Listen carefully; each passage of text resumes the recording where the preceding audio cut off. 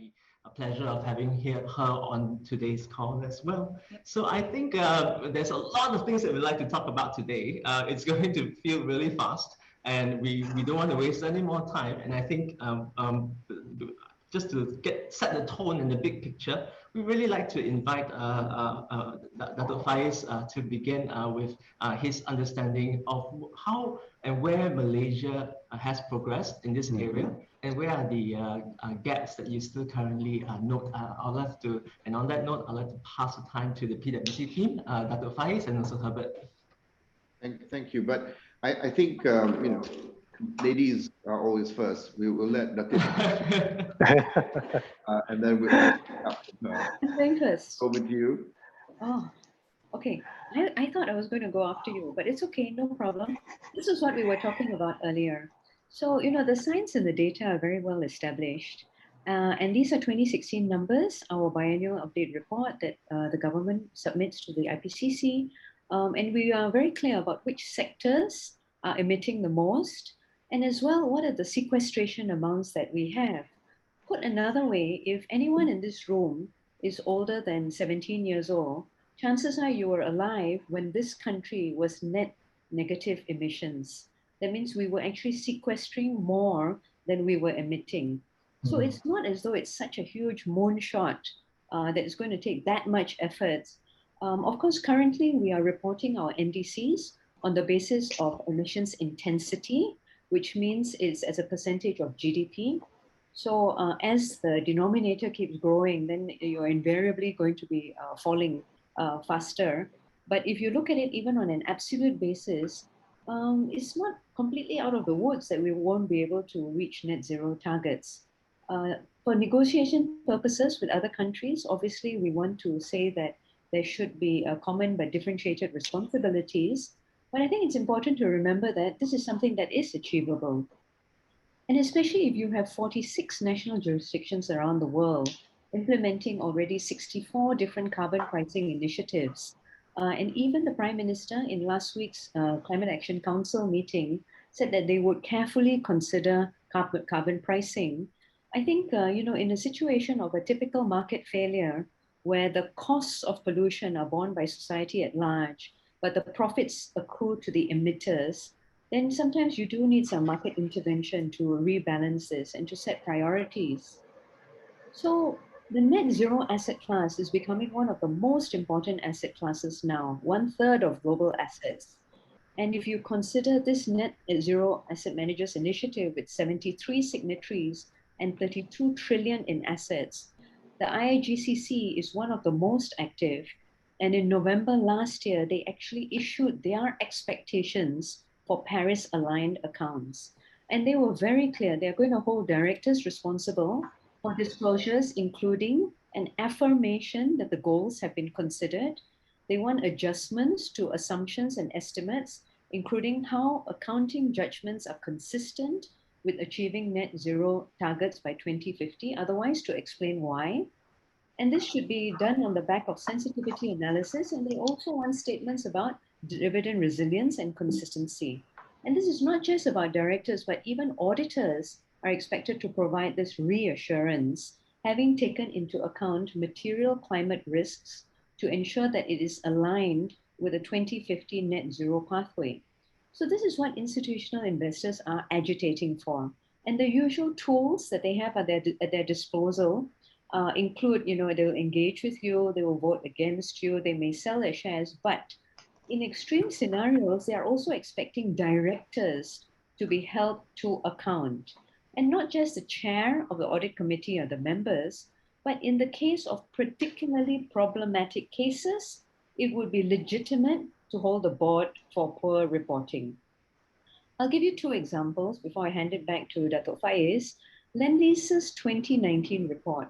Last year, they made a statement that of all their assets, 20% of emissions had already, assets representing 20% of emissions had already committed to be carbon neutral between 2025 and 2030. And in their annual report, because the future is uncertain, they had also disclosed the scenarios which they were looking at. that we don't do anything, we just resign ourselves to a world which is basically unlivable, or that we manage to meet Paris targets transformation that enables a just zero transition. And this was last year, but by the end of last year, 25th of November, Lendlease had already announced that it was committed to being Paris aligned. And this is underpinned by specific targets, net zero by 2025 and absolute zero by 2040. And the very clear steps they were going to take, the decarbonization investment strategy, renewable energies, engaging with their supply chain partners, tenants, and residents. So this is the level of disclosure that's increasingly coming up and at an operating company level. CDPQ, Canadian Pension Fund, was one of the first global investors to make climate change a priority, incorporating carbon data into their measurements. And not only that, they were one of the first institutional investors to include climate targets in their own employees' variable compensation, which is actually quite rare. In their annual report, they also disclose their carbon intensity per dollar of investment. So this is the level of transparency that they have. Because when you have so much data, it becomes easy for observers to pick up on where the money is and should not be going. In this example, Swiss financial institutions had pulled back from funding coal power plants. However, the original cohort of firms increased their capacity by 50%, showing very clearly that someone was still funding them. And so when you have this sort of data trail, it becomes very easy to see who is complying and who is not complying with Paris. So at the end of the day, these climate risks are simultaneously uncertain, but totally predictable. And the predictions have routinely come true bigger and faster than we are predicting. And we are going to be surprised by the pace and intensity of warming. So we absolutely need numbers to be aligned, else behaviors will not be aligned. Over to you, Faiz.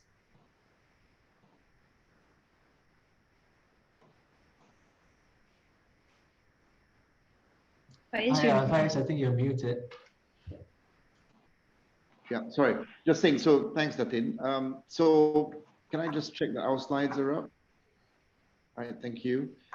So let me run through them and pick up on some of the points that Datin has raised. Next slide, please. Okay, we know who we are. Next. Next. So that's what we intend to cover. So we like pretty pictures of trees. Next. So we just kind of took a snapshot of what people are saying in the press. And clearly it seems to have become a lot more topical. And the question is why? Why suddenly now? Why is it becoming a conversation piece? And so there are a number of reasons, right? I think we've seen the fires in California and Australia. We've seen the effect of increasing typhoons in most of the typhoon alleys around the world. We've also seen the drying up of water in certain parts of the Middle East. And so people have been trying to make sense of this. And what's been happening is that while governments have been talking about trying to set targets and so on, it's the consumers who have now suddenly woken up to the fact that someone is to blame for all this. And just to give you an example of the blame game, there was a Filipino Human Rights Commission that was set up. And they concluded that the 47 largest companies in the world emitting GHG gases are to blame for their typhoons. And they are now considering whether or not they have the right to sue these companies for the damage happening in the Philippines. So one is consumerism, right? I mean, if you think back, 10 years ago, I was in France, and the only thing they showed about Malaysia was an orangutan and us cutting down trees. So that has galvanized. I mean, you've all heard of Greta Thunberg, but what consumers are now being taught is to use their power actually at the purchase point. And so we see a lot of trends asking about where the products are produced from, what are the practices around it. And if you want corroboration, just think back to TCVPP, right? Even in that agreement, there were a lot of requirements inserted on labor rights. So this is not sudden, it's been growing. But I would say that what finally triggered it off in my mind is actually COVID. because people then started realizing that, well, where did this virus come from? And most of the medical people will tell you that this was predictable because we are encroaching into the habitats of wild animals. And therefore, the chances of diseases transmitting from animals to us is much higher. So the point is that in a way, the COVID has actually made people wake up. And again, it's a blame game, right? Why are we in this position? Who did this? So just talking about companies for a second. So why pick on the corporates? So if you Google through the net, you'll see that there's various surveys. I think there was one done 3 or 4 years ago that said 100 companies generate 71% of the emissions. And then of course there's a lot of noise around it saying, well, some of those companies are actually government owned. So really it's government, not companies. Then there was another survey that said, oh, but 20 companies basically generate a third of all the emissions. Another one came out saying that when you look at 20% of the emissions, it actually comes from the supply chains of the largest MNCs, right? So clearly the role of corporates in this emission game is important. I mean, governments obviously are important from a top-down point of view, but I don't think corporates can run away from their responsibilities. And even if you look at it from our perspective in Malaysia, I track Islamic finance. And 5 years ago, it was very difficult to get the scholars to talk about extending criterias or looking at things other than what was prescribed as being halal. But now scholars are talking about maqasid sharia, tayyiban, wholesomeness, so maqasid sharia is public good. And so they're now expecting elements of that to be included in the way you do business. So in a way, this is inevitable, right? So what's happening around the world, we can see the impact. Consumers are driving this. And therefore, as investors, you have to recognize that people now want choices. Can I signify my unhappiness with the company by not buying their shares? Can I signify a reward to companies for behaving? Yes, I can. I go after an ESG fund. Can I combine my faith with ESG? Sure, there's a Sharia ESG fund. So I think you are going to see more and more consumers are expressing their concerns through the wallet. Next slide.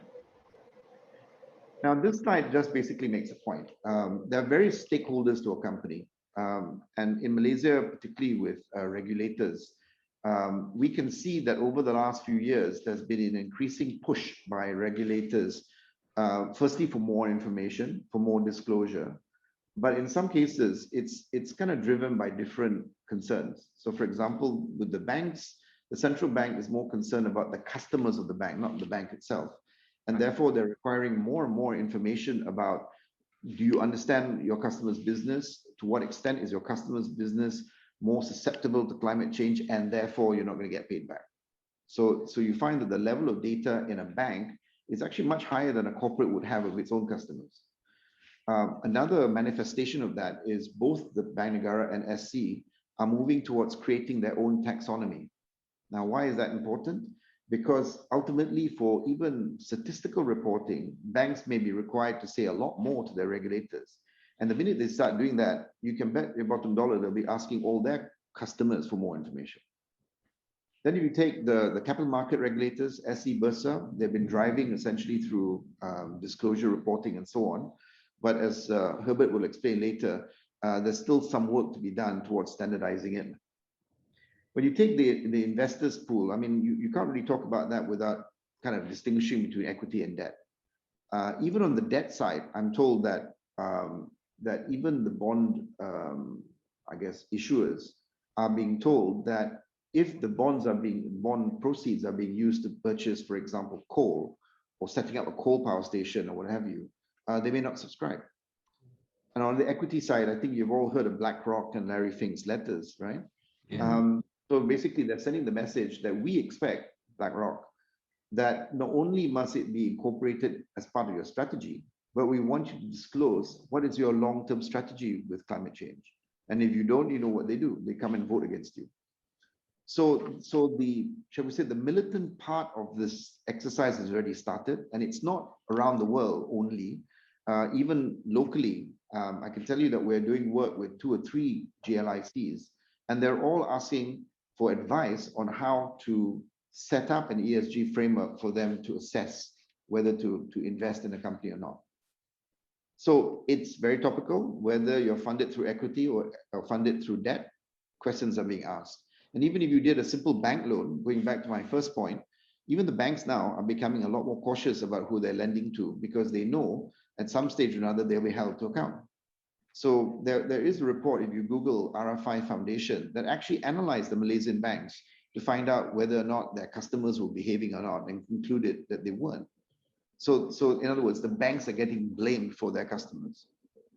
And I mentioned about consumers. Now, maybe the consumers of Malaysia are not perhaps as vocal as other countries, but it's only a question of time, because actually the ones who are making the most noise are the younger ones. I was talking to someone from World Bank the other day about, it's interesting about which companies are declaring net zero and which are not.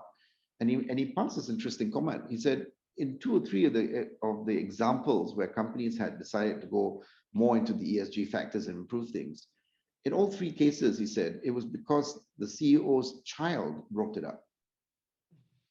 And it makes a point, right? I mean, this is really another inter-equity issue, that we're actually consuming and destroying more of the planet, which is supposed to be for our kids.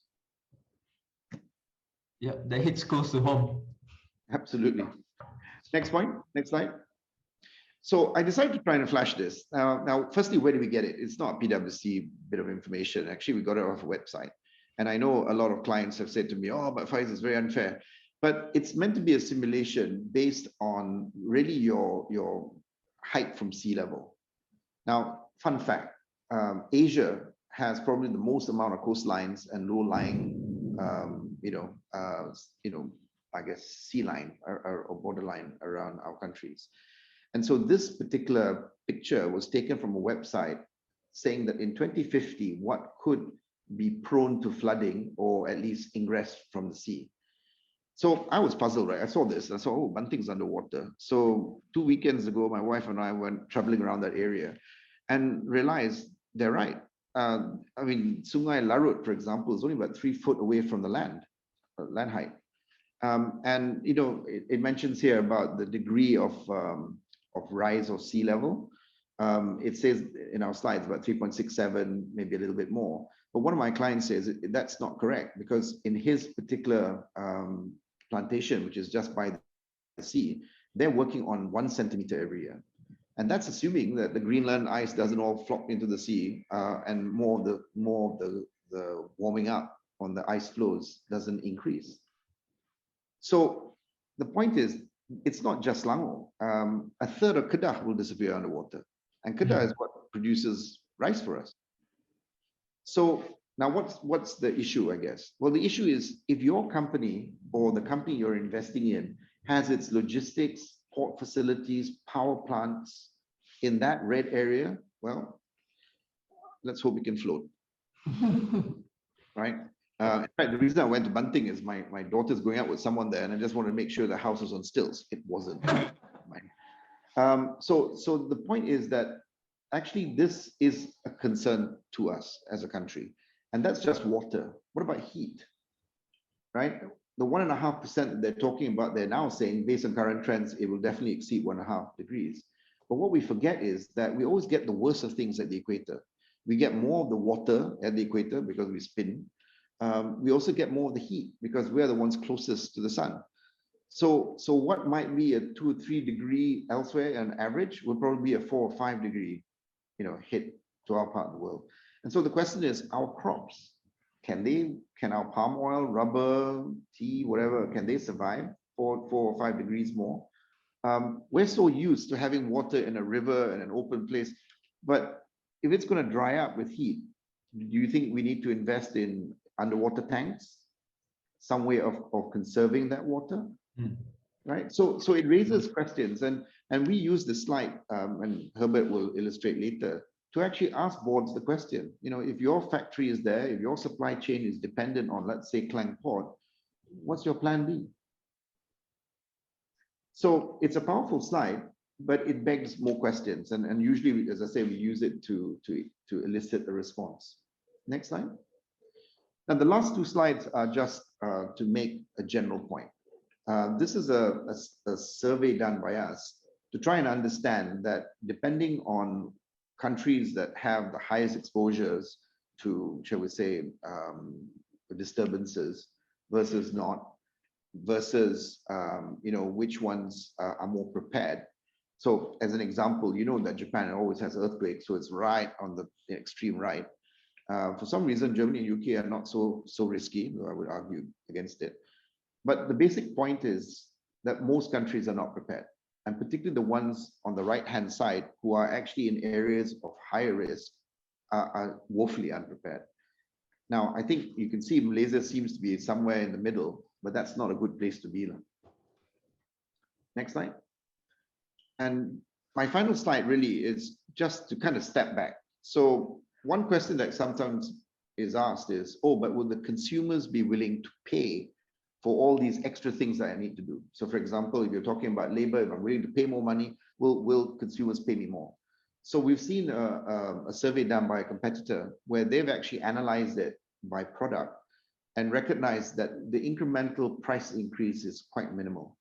And in any case, we now know that people are more willing to pay for antibiotic-free chicken more than normal chicken. And so, people are willing to actually absorb that extra amount.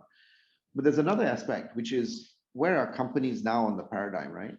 So many companies are still stuck in what we call the compliance and risk management part, where a lot of the practices are more about CSR. What we're trying to get them is into the operational effectiveness part, to make them recognize that actually being good to the planet is also good for the bottom line. So if you're a bank and you better understand your risk, arguably you have less NPL. If you're a company and you're moving away from, well, let's say, using power of the grid to solar, clearly there will be savings in power.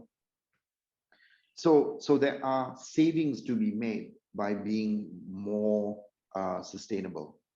And of course, the last point goes to this issue of sustainability over a longer term. I've seen surveys examining Sharia index funds, right? And of course, there's a lot of similarities between ESG and Sharia. But what was interesting was that throughout the 2008 period, basically Sharia index stocks generally were better performing than non. And why that was unfortunately that many of the banks self-destructed around that time. So obviously a lot of people who invested in banks lost money. But of course, the halal funds didn't, because they didn't meet their criteria. So this survey that we picked up would suggest that actually there should be gains to an investor over a longer period if the company understands the impact of climate change to their business and starts preparing for it. So those plantations that have, for example, more mechanization, better water management, crops that by its genomes are better at taking heat will probably be better bets than ones that don't. Yeah. Right? So I'll just end there and pass on to Herbert to talk about standards. Yep. Okay, thanks, Dato Faiz. Okay, so next slide. So I think you have heard in terms of the importance of sustainability. So obviously how most corporates communicate, their sustainability plans, etc., is based on certain framework. Okay, so and I think the context is at the moment, there is, and the term we use is alphabet soup of sustainability frameworks and standards out there currently.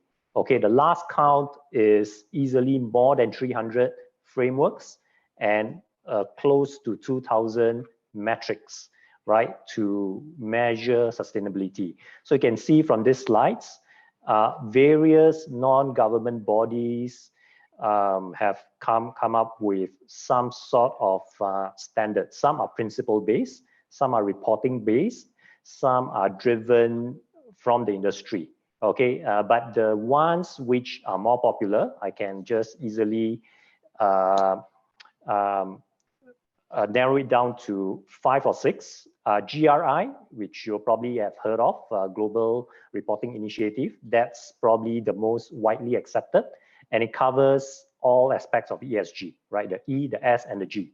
And it looks at a company's impact on the broader economy, environment, and society at large, right? Focusing on the material issues. One standard which is quite closely aligned to GRI is SASB, right? SASB is Sustainability Accounting Standards Board. They also look at all aspects, the E, the S, and G, but the key difference from GRI is that their emphasis is more on the financial materiality from the investor's perspective. Okay, and SASB is more popular in the US. It is obviously mooted from a non-profit organization based in San Francisco. So I think the ones who apply SASB are mainly the Americans. Okay, then the other standards which are narrower, which focuses more on climate change, is the CDP and CDSB, Climate Disclosure Project, as well as CDSB. That is a bit narrower. That's focusing more on the E and in particular on climate change. Okay, one which is more encompassing, which is IIRC, that's integrated reporting. That it's a wider kind of aspect because they look at value creation over time, of which sustainability is one of those aspects, right? So IIRC is also becoming very popular in terms of the framework that drives disclosure. So you can see from here, that there is really a lot of confusion. Unlike accounting standards, right? I'm an auditor and I'm very familiar with accounting standards, which is globally, it's largely driven by two standards, which is IFRS or the US GAAP-based standards.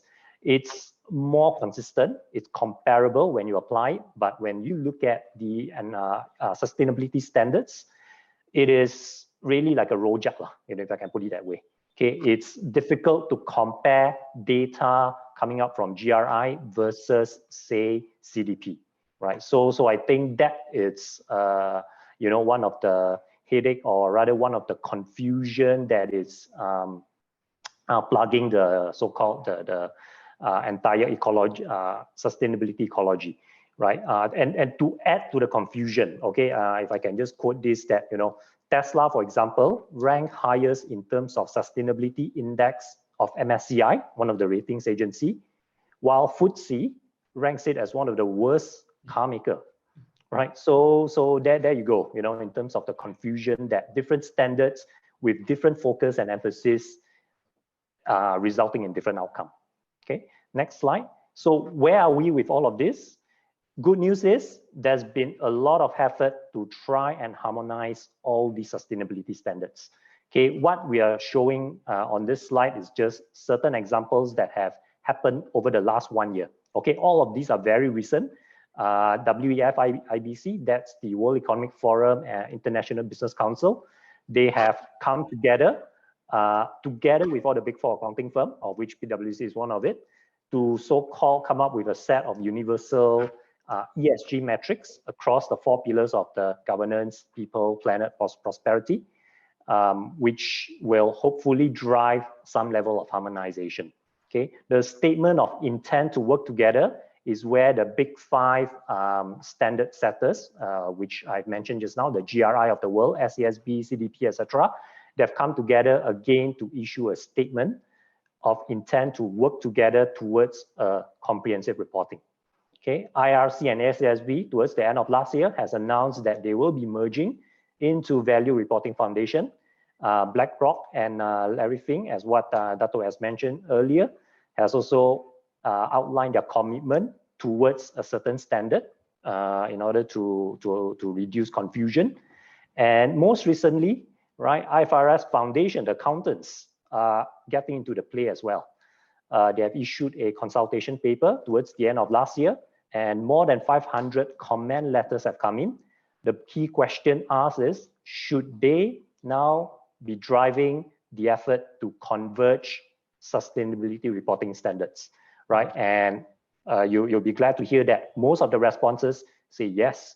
Okay, you'll be wondering why ask the accountants, right? But actually, at the end of the day, IFRS Foundation has the pedigree to come up with aligned standards that can be used globally, as proven from their IFRS track record, right? So I think with that sort of governance structure in place, with that sort of accountability tracking mechanism, they believe that, you know, perhaps they have the right pedigree and ingredient to issue a harmonized standard that can be applied globally, right? So these are still at an early stage, right? They are now just about to form a working group to look into it.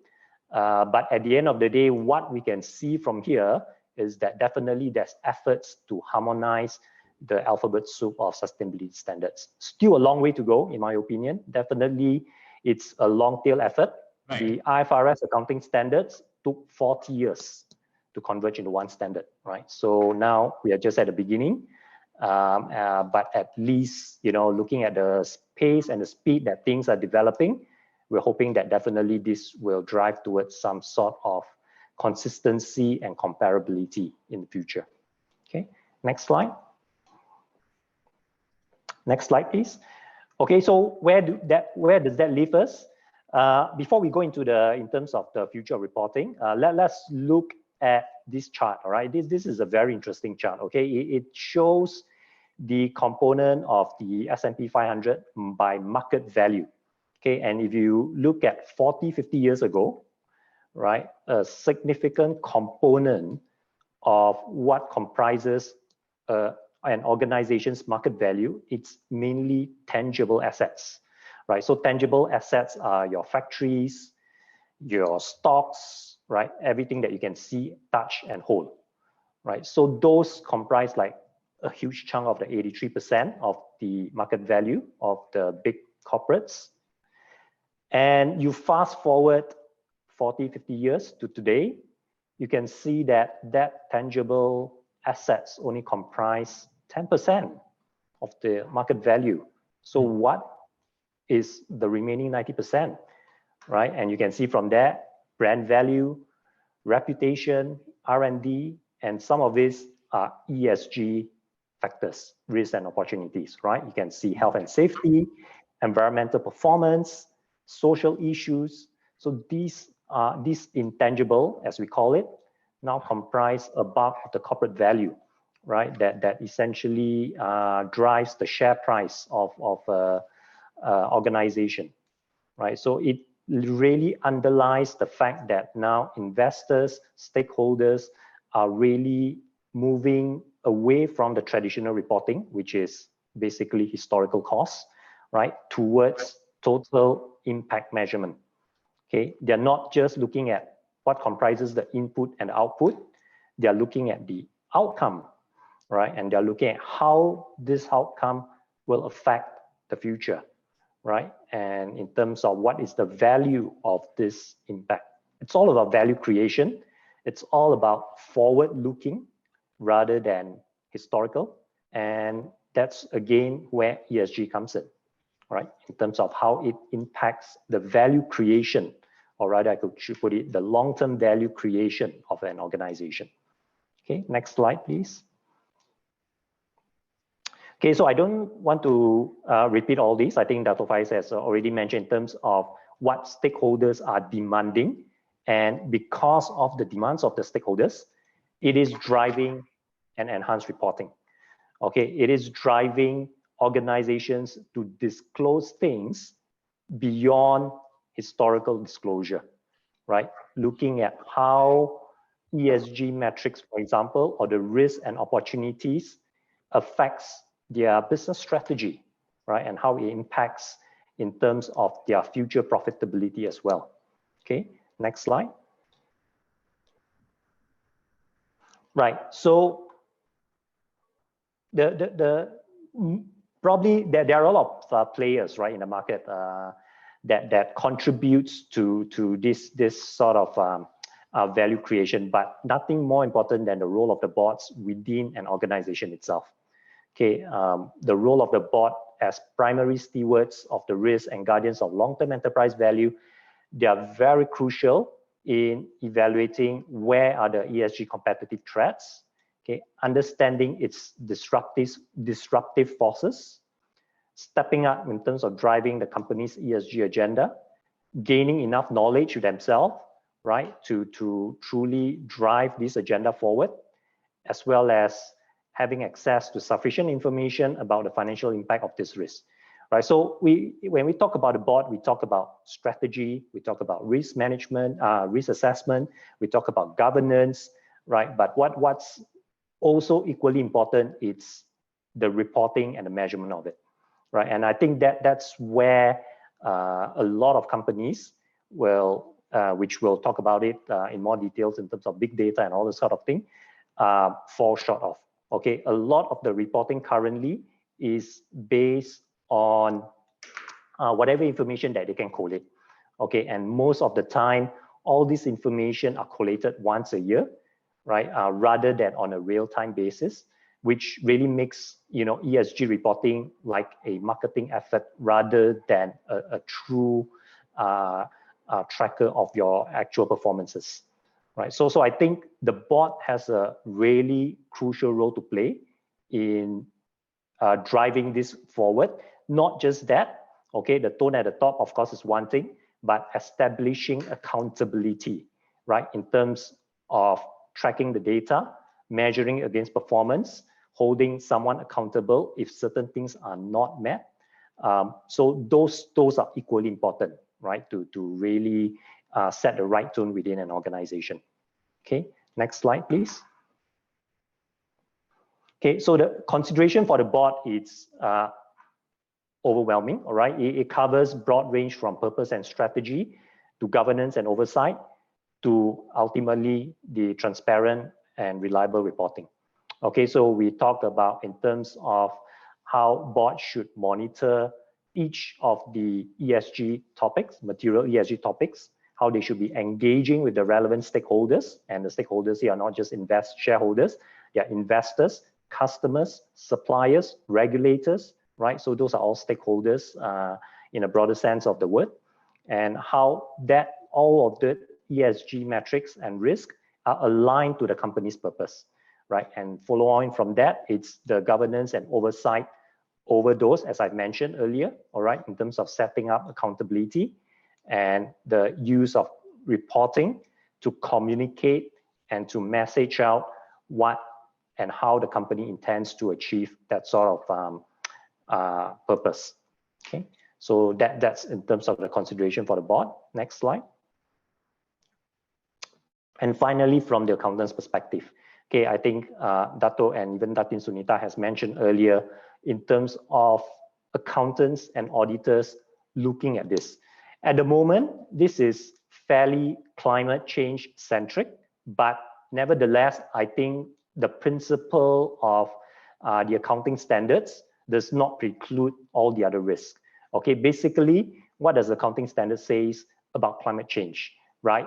At the end of the day, if you're trying to Google out, climate change, the word climate change, within the context of the accounting standard, you will not find anything, right? But accounting standard, being a principle-based standard, sets out that accountants should factor in any material risk, right? They use the general term material risk, which at the end of the day includes all climate change and even all the other ESG risk, right, into the financial statements. So how does that impact the financial statements? There are several areas that needs to be considered, right? Dato Faiz showed the map in terms of how Selangor, right, or Malaysia, will be underwater by 2050 based on the Climate Central simulation. And if you have factories or power plants or assets located along those shorelines that will be underwater in 30, 40 years from now, then how does that impact in terms of the useful lives of the asset as well as the carrying amount of those assets, right? So these are consideration that needs to come into play from the accounting standard perspective, right? So we look at the risk, right, and how that is affecting the assets that you're carrying in your balance sheet, right? Biological assets, another example for those plantation. If the rising temperature is going to affect your yield of the palm oil, rubber, the paddy, etc., how is that affecting the fair valuation of those assets today? Okay, I think accounting standard requires that you fair value those plantation assets into your books And basically, fair valuation means taking into account assumptions of the future, right? We look forward, we look at what are some of the risks that is going to affect the value of those assets, and we need to incorporate that into the value of the assets itself, right? So changing weather patterns would be one of those examples of the risk, right? And you talk about financial institution on receivables, for example, how is a bank's portfolio, how will that be significantly affected by exposure to fossil fuel intensive projects, customers or clients, right? So again, that will have impact in terms of your valuation of your expected credit losses, okay, of the loans and investments. Even from the auditor standpoint, following on from that, there are guidance issued for us auditors to look at all those risks, to consider all these risks, and to build into our work program to when auditing this estimates and assumptions, right? So and ultimately to also ensure that there are adequate disclosure within the financial statements or annual report on this material risk, right? So I think at the end of the day, it is definitely something that it's not just sustainability and ESG are not just something that affects the investors, etc., but all the way down to even how the accountants look at it and how the auditors audit the financial statements, right? So the impact is definitely all-encompassing. Okay. Yep, I think that's it for my presentation. Peter. Thank you, Herbert. Thank you, Faiz. Thank you, Datin. Right now, I'd like just to remind the investors that this is a webinar format, and we come to the time of question and answers. If you've got questions, please feel free to raise your hands, and we will queue in for the question. Alternatively, you can also type your question into the Q&A box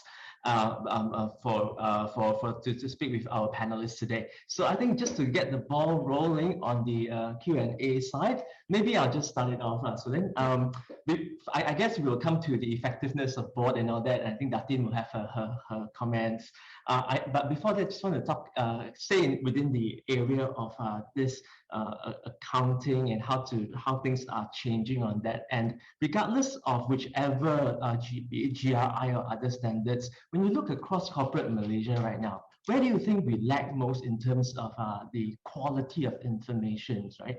In terms of for investors to sort of like allocate capital, and just tying into that, where do you think the corporates themselves are not even aware or less receptive about some of these risks that they think it's in the rearview mirror, but it's actually catching up to them really, really quickly, right? So I'd just like to hear maybe Faiz's or Herbert's thoughts on this. So one of the reasons why Herbert was running through about the board responsibility and all that, I mean, looking at that, you would think, yeah, but isn't that obvious? The board has to have a structure, the board must make sure people are accountable, report.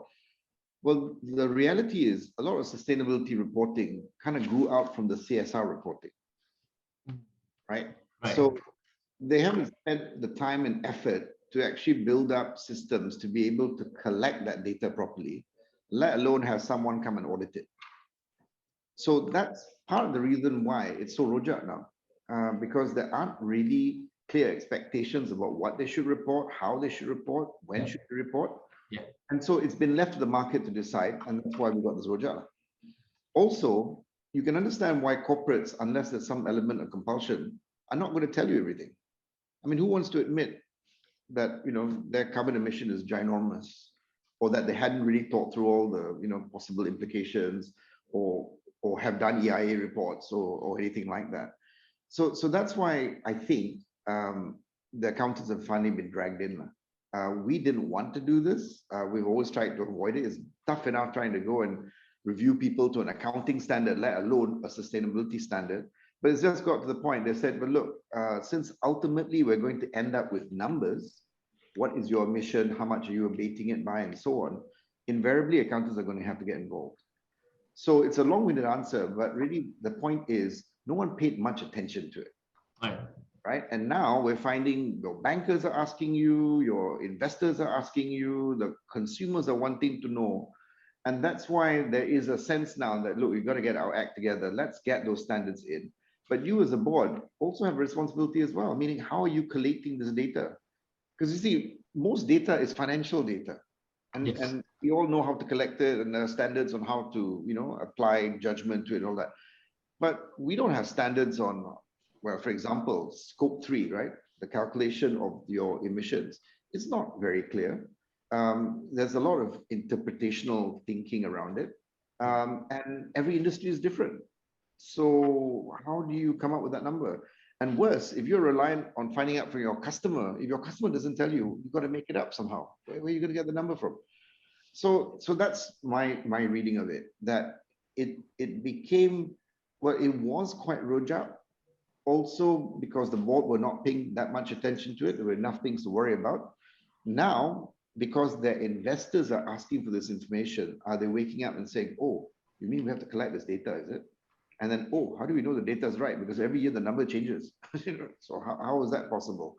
And now they're beginning to realize the consistency, quality, and reliability of that data is not what they had hoped, because there aren't standards which are clear. I don't know, Sunita, do you have any thoughts on that point?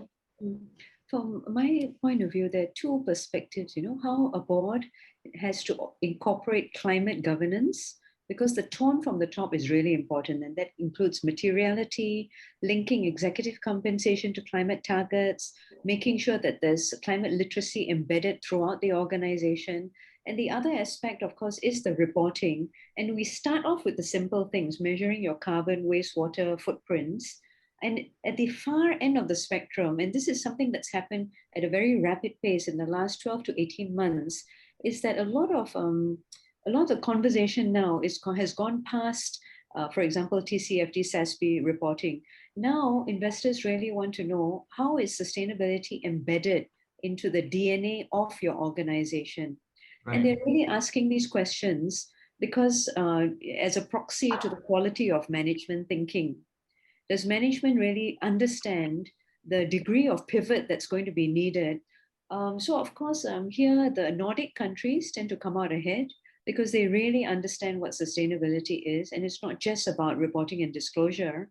And of course, the most famous example is Volvo inventing the 3-point seatbelt and then famously donating it to the world, saying that we should not be making money out of this. And that lends to your branding as well. Thank you for those comments. I think before we move on, there's a question on the question board. So I'll just read it out for everyone's benefit. Ralph Dixon from YTL asks, if Malaysia imposes a carbon tax, how would the fund raised best be deployed for maximum impact? And would a carbon tax lead to mandatory reporting for listed companies? Definitely above my pay grade, this question. Well, actually, this raises an interesting question. What makes you think the carbon tax is just not general taxes? Therefore, can be used for anything, right? Yeah. But this is something like a moral tax. You're kind of taxing businesses to encourage them to change their behavior in a particular way, right? How it's going to be used depends country to country. As to what they do. I mean, some countries, for example, when they raise a tax, it is in a way kind of ring-fenced for a particular purpose. But in many countries, it just goes into the general consolidated fund equivalent. Would it lead to mandatory reporting? Probably, because it's another form of taxation. So there probably would need to be disclosure about this amount being paid to the government. Yeah, I agree. I agree with that. It's not carbon tax, and we've got the experience with SST, GST. It's going to be very complicated. And in a lot of countries, it tends to be accompanied by either a very low base with targets for higher, for example, in Singapore, anything more than 25,000 tons, and it's only $5 right now, or ETS, where there are also allowances, knowing that the allowances will slowly be taken away from you. So there are ways in which it can be eased into the marketplace that doesn't necessarily lead to large amounts of government collection. And I think this is what's going to be happening, especially in Asia, because so much of our growth is driven by coal right now in fossil fuels.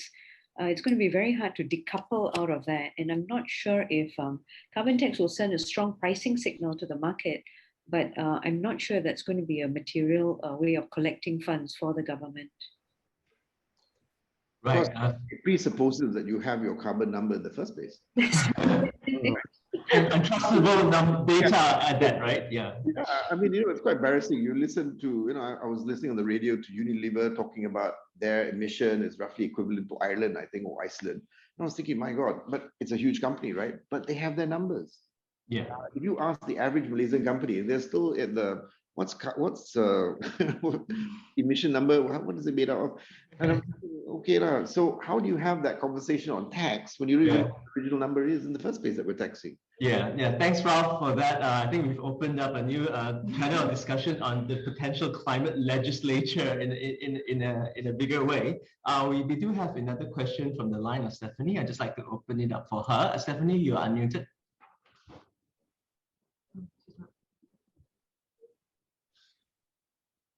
Hi, Stephanie. Hi, Stephanie, can you hear us?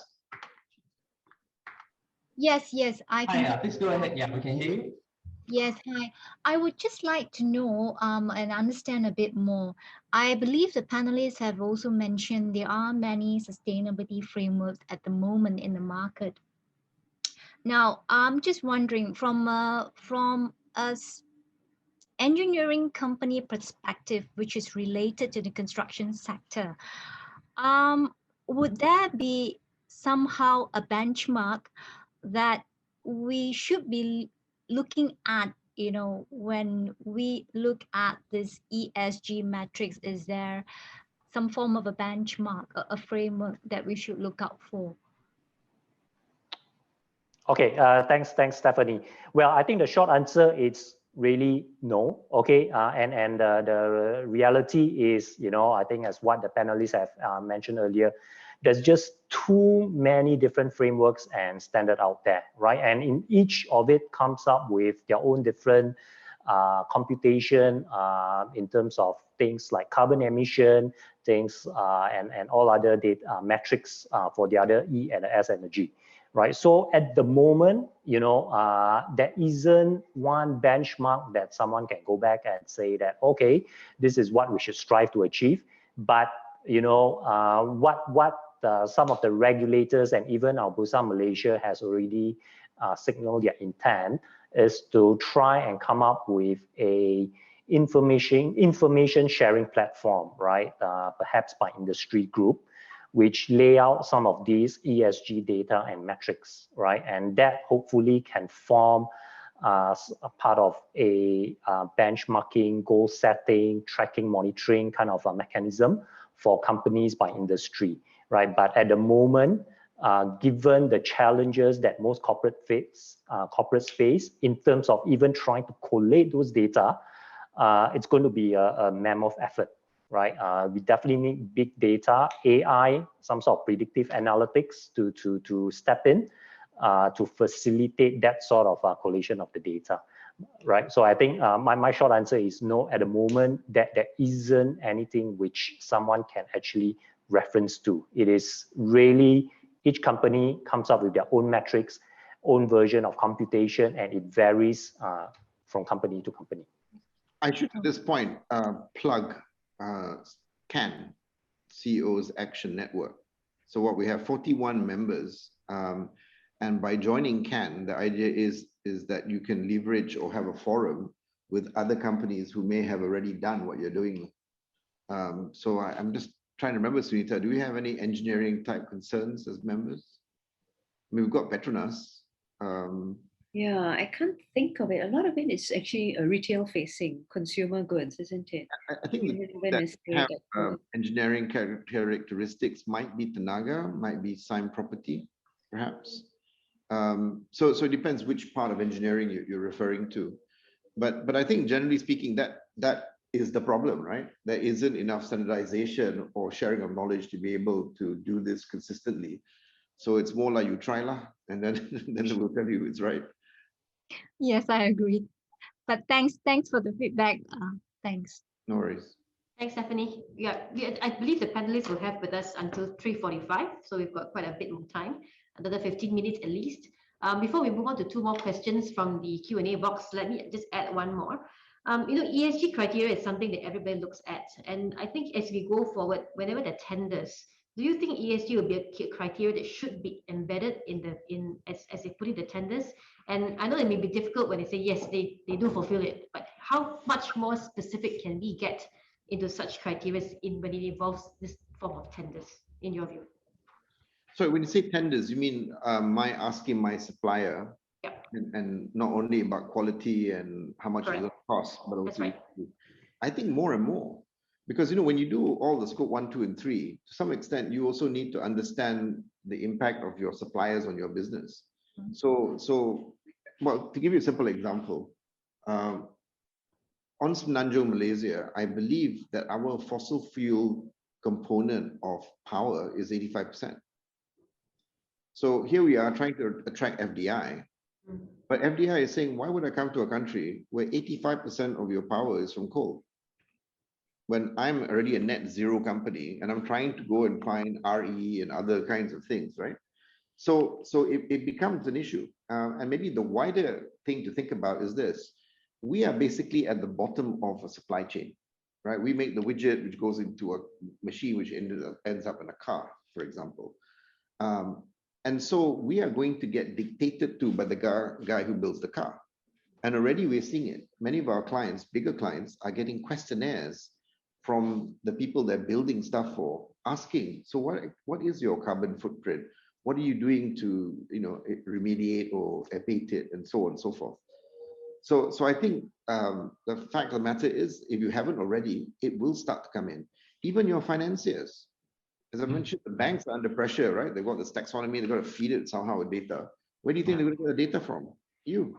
The next time you put in an application, for money, they're going to ask you, so which industry are you? And have you considered climate change? And, and so that's why companies have to recognize that it's not just topical, but it's being embedded in the way we do business.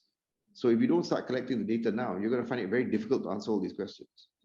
Which then brings us to the next small topic before we move on to the Q&A box, the effectiveness of all this. I mean, we've gone through disclosures, ticking of boxes and all. We've got probably one of the best reporting standards, even I may say so, for some of the companies. But at the end of the day, what gets into practice may not be what's been preached in the disclosures. What are your views on that as well? So I think this is why like my view is, there are many ways of addressing sustainability, circular economy and all that kind of stuff. But there's something kind of nice about net zero, because it's very clear, right? I mean, if you take the Bill Gates statement, the issue is simple. It's 51 billion tons now, and it should be zero. So if you start with that premise that basically, you try to get information in such a way that you can show the impact of what you're doing, then you're more likely to do it. So I actually believe going forward that these standards will force a change of behavior. Right now, I don't think it is, because you can write whatever you want. It's not really audited. And you just accept it at face value. But now, because your suppliers and the people who are buying your goods are asking these questions, if you don't say what you're doing, the chances are they will classify you as non-ESG compliant and then go find something else to invest in. Yeah, I'd just like to jump in to maybe hear Datin's thoughts on this, because I think pushing boards to act in the area which is consistent with what they say is something that's very close to what Datin does in her organization. So maybe over to you, Datin. Thank you, Peter. Yeah, I think that's a really big question, because by the time you get the annual report, it's going to be a few months out of date already. It's historical, it's backward looking.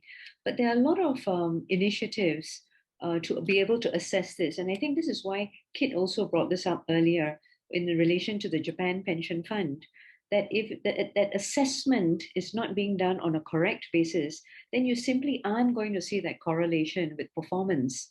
Because what you have is climate risks, and the capital markets looking forward, and they're going to pull this forward sooner than the climate emergency, the full effects are going to happen, right?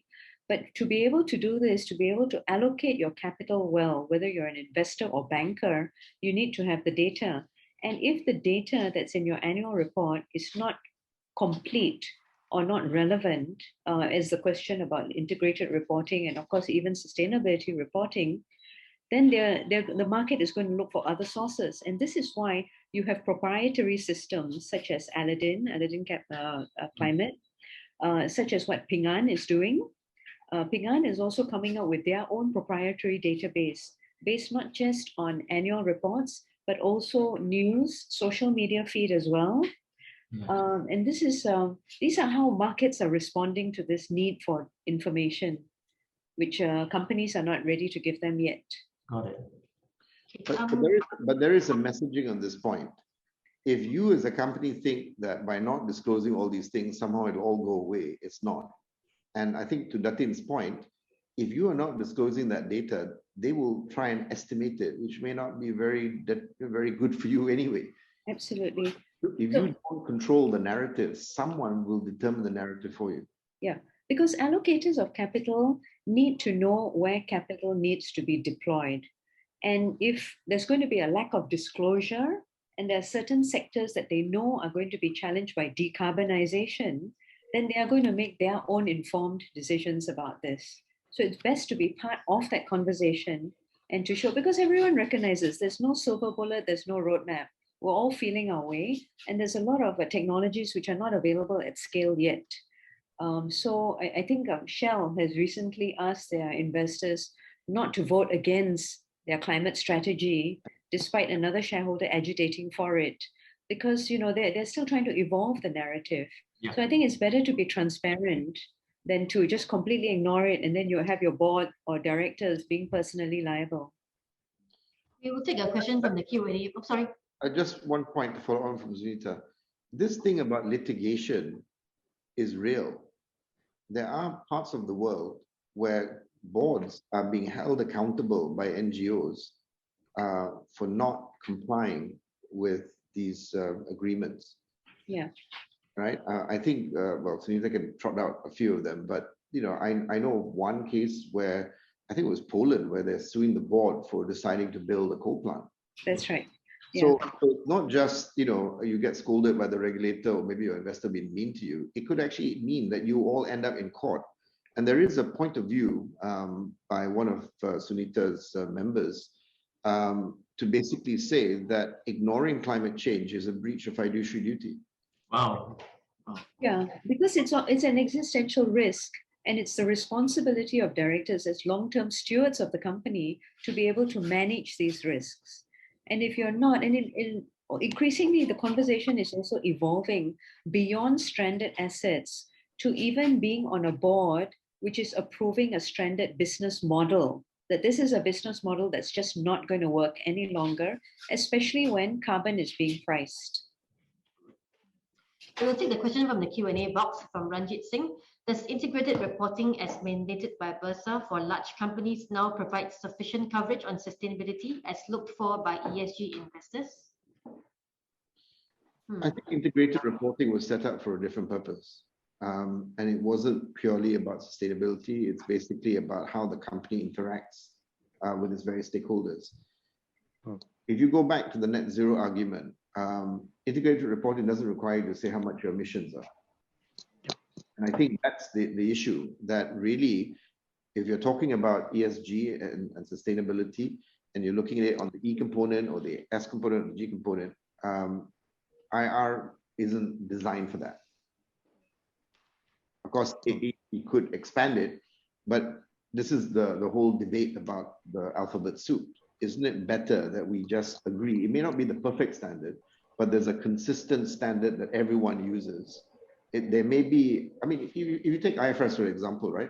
It's a principle-based thing. But if you believe that there's some element of it that's material, you should explain it, then you're encouraged to say more. So for example, an Islamic bank, if you pick it up, a Malaysian Islamic bank, it looks like a normal bank, but it's all in Arabic. Why? Because the stakeholders of an Islamic bank don't understand overdraft term loan, but they understand ijara, they understand. So IFRS permits that. You use whatever you need to explain to your stakeholders in a language that they understand. Yeah.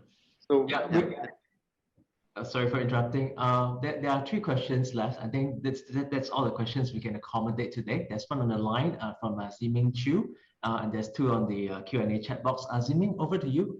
Please feel free to post a question. Hi. Thanks for the ESG sharing. I'm just, we are seeing a lot of companies trying to achieve a ESG compliance. I'm just wondering, what's the number of corporates in Malaysia today which have achieved, have fully achieved the ESG compliance? Okay, maybe I can take that. Well, the only so-called measurement that Bursa has is this FTSE for Good Bursa Malaysia Index, right, which uses the FTSE Russell ESG ratings methodology to so-called measure ESG compliance. Okay, as of today, right? This started back in 2014, and when it started, only about 24 Bursa companies met that sort of criteria. Okay, today, based on the latest December 2020, there's about 75. So there's been a threefold increase in companies that, at least on the surface or based on what they disclose, right, met the measure of ESG compliance from the FTSE Russell, right? So I think that's statistics for your information. Okay, the next question on the Q&A box doesn't have a name, but doesn't this at the end of the day increase the cost of doing business and poorer countries in general, and yet trying to produce a widget cheaper to drive sales? I guess this means for people who are diversifying to other countries, like for example, Vietnam and a lot, but they're trying to do so, there are other challenges that they may have in trying to meet ESG challenges. So what are your views on that? So there's some interesting perspectives on the way this question is worded. If you watch David Attenborough's personal statement, one of the things he says is there's been 5 extinction events, and essentially shown by the rise in carbon dioxide and greenhouse gases, where everything died. So he thinks we're entering the 6th. So this is not a question of just dollars and cents. It's a question of, is that planet going to be around? So I think we've got to kind of think a little bit more wider and urgently. The reason why every government is raising these issues and all that is because the scientists are telling us this could be an extinction event. That's the first point. Secondly is there is a possibility that costs of doing business will go up. Why wouldn't it, right? More regulation, more disclosures, more accountant fees to pay. We can understand that. But there are also savings by doing things more efficiently. So just think, I mean, any of you on the call who have solar panels in the house, you know, you've at least abated some of your energy costs. So that's the point. You can't see this as being purely a dollars and cents thing. But even if you look at dollars and cents, there is some sense to this. So as a firm, we've declared our net zero target. And actually, I have someone who's walking around the office at night switching on the power, right? It's as simple as that. So let's not just make it a dollars and cents thing. It's far too important an issue. Yeah. Can I also link this to diversity? Because there was a discussion that started a long time ago, far beyond, maybe 2011, when the Prime Minister announced women on boards. And I think part of the reason is because if you want the best decisions, you need to have the best decision-making process, which takes into account as many views as possible. And so that this reflects back the business model. If your idea of the business model is a race to the bottom, making the same thing over and again, cheaper and cheaper every year, then I'm not sure if that's a defendable or a sustainable business model. Whereas the companies that are going to survive are those that try to maximize the human capital that they have, that they're innovative, they're creative, they're able to pivot quickly. So you're bringing the best out of everybody. And that works perfectly with an existential crisis like the climate emergency that we're facing. Because what we see now is something where the effects are irreversible with far-reaching consequences. It's going to need a collective response from many stakeholders. It needs a whole of nation approach for an orderly, accelerated transition. So we need to get the right data in the right hands to make decisions in an equitable way, to meet the scale of the problem that we created at the scale at which it needs. So this is actually, from another perspective, most probably the most important and valuable economic opportunity that you could have, right, from a business point of view. Thanks, Datin. Yeah, I think there's one last question. We'll take that. Whoever would like to have a stab at it, it's a bit tough. It says, how does total impact measurement work? And how do we then quantify the ESG part of this, right? If anybody has a stab at it, and then after that, we'll wrap up. Herbert? Okay. Right. Okay, I'm not a valuation expert, right? Yeah. But effectively, I think it falls back on how investors value a company, right? At the end of the day, it's not a sum of the parts thing, right? It's not brand plus health and safety plus your tangible asset equals to whatever your market value, right? At the end of the day, if you understand the so-called the science or the mechanics of how valuation works, they look at, for example, your P multiple over your maintainable EBITDA, for example, right? So with that, that's how the valuation come up with. And then subsequently, they will price it either a discount or perhaps a premium on your ESG initiatives, right? So we have seen an example of that, okay? Even as close to our shores in Malaysia, how certain investors has applied a discount to the valuation of a particular company because of certain controversial ESG practices, for example, right? So it's not so straightforward as in terms of, oh, we can just do some discounted cash flow projection to come up with a value, but ultimately inherent within the valuation methodology, you know, that there is a consideration of how ESG is impacting the valuation, right? So I think that's in terms of what I can offer in terms of my limited knowledge on valuation. Actually, 4 years ago, we did it for a local client, a GLIC, and basically we valued ESG, and they had been using it to assess their portfolio. So it wasn't just about total return, but also whether the business itself was destroying itself by the decisions they were making.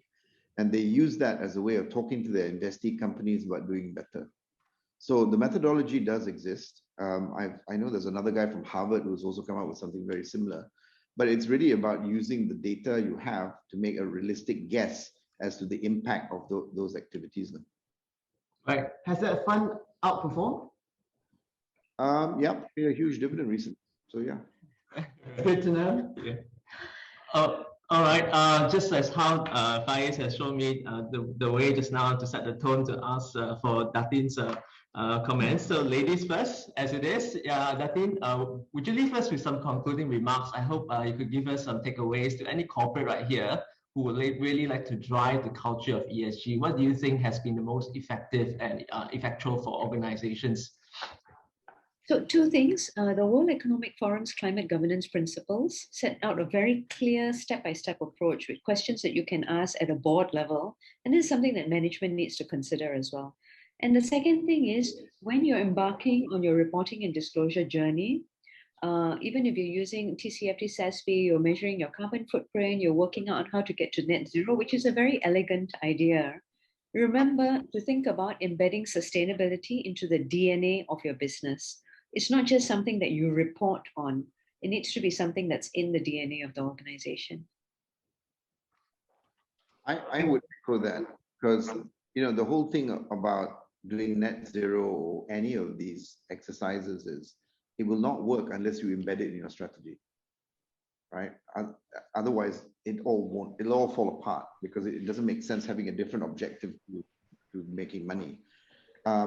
Many companies who have embarked on the net zero kind of roadmap have actually seen that they understand their businesses and their contribution to the environment much better as a result of it. So I would strongly urge you to be one of the, what is it? There's 60% of the countries in the world have adopted net zero, something like that. But join the club. I mean, after all, if Petronas can declare a net zero target, why can't you? Yep, and sorry, just a last thing as well. I think this Thursday, April 22nd, is Earth Day. So perhaps, you know, all of us on this call, we can do our little part to contribute to a better Earth, right? So it can be in a form of just walking around, switching off electricity when no one is in the office, or even in your own personal lifestyle, right? Perhaps to change your next car to a electric vehicle, right? So just do your little part to contribute to a more sustainable Earth. Yeah. Oh, before I forget, so tomorrow afternoon, Climate Governance Malaysia is having a webinar where we are going to talk about a CLSA Commission report on sustainability reporting. Oh, great. Thank you so much. Okay, thank you everybody for your time. It's been more than an hour. It's been very interesting. Incidentally, we are also doing a Plant a Tree project in Ecuador by CLSA. Yep. So It's part of it's Earth part of Day. Earth Day too. So we're also doing our part. Right. So thank you, Dato Faiz. Thank you, Sunita. Thank you, Herbert. And thank Thanks you for everyone for having us. dining in. Thank you. Thanks so Maybe much. see you again soon. Thank you. Thanks everyone for participating. Have a good day.